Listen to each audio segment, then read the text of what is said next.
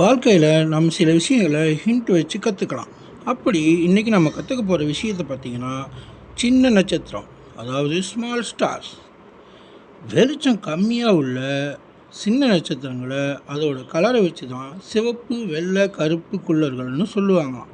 இந்த விஷயம் தெரியாதவங்க தெரிஞ்சுக்கங்க, தெரிஞ்சவங்க கமெண்ட்டில் சொல்லுங்கள். அதாவது ரெட் ட்வார்ஃப், ஒயிட் ட்வார்ஃப், பிளாக் ட்வார்ஃப், ப்ரௌன் ட்வார்ஃப். இதில் நம்ம முதல்ல பார்க்க போகிறது ரெட் ட்வார்ஃப். இந்த சிவப்பு குள்ளர்கள் நம்ம ஜூபிட்டர் கிரகத்தை விட பெருசு, ஆனால் நம்ம சூரியனை விட சின்னது.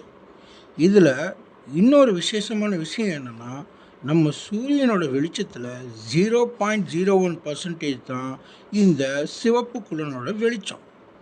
இந்த சிவப்பு குள்ளனையும் சூரியனும் பக்கத்தில் இருக்கிற ப்ராக்சிமா சென்ச்சுரியான் பேர் கொண்ட இன்னொரு சிவப்பு குள்ளனையும் வெறும் கண்ணில் பார்க்கவே முடியாது. அடுத்து வெள்ளை குள்ளர்கள், ஒயிட் ட்வார்ஃப் நட்சத்திரம். மீடியம் சைஸ் ஸ்டார்ஸோட லாஸ்ட் ஸ்டேஜை தான் ஒயிட் ட்வார்ஃப்னு சொல்கிறாங்க. இது சிவப்பு குள்ளனை விட சின்னவன்னு சொன்னாலும் நம்ம பூமியை விட பெருசு கிடையாது. ஆனால் சூரியனில் என்ன விஷயம்லாம் இருக்கோ அது எல்லாமே நம்ம ஒயிட் ட்வார்ஃபில் இருக்குது. அடுத்து நாம் பார்க்க போகிறது நம்ம மொட்டை மாடியில் உள்ள பிரைட்னஸான ஸ்டாரை பற்றி தான். இது சிரியஸ், டார்க் ஸ்டார்ஸ் ரெண்டுமே வெள்ளை குள்ளர்களோட துணையாக இருக்கிறதுனால இதை செல்லமாக பப் ஸ்டார்னு கூப்பிடுவாங்க. த ஒயிட் டார்ஃப்ஸ் ஓமைக்ரான் 2 இதை 40 எட்ரனின்னு கூப்பிடுவாங்க. இதையும் நம்ம வெறும் கண்ணில் பார்க்க முடியாது.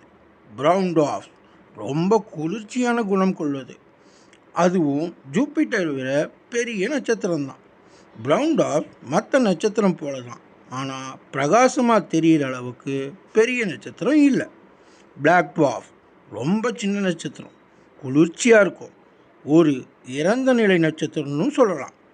ரொம்ப சின்ன நட்சத்திரத்தை எல்லாம் நியூட்ரான் நட்சத்திரம்னு சொல்லுவாங்க. நாளைக்கு இது போல் வேற ஒரு ஹிண்டில் நாம் சந்திப்போம். அது வரைக்கும் உங்களிடமிருந்து விடைபெறுவது உங்கள் ராம்குமார்.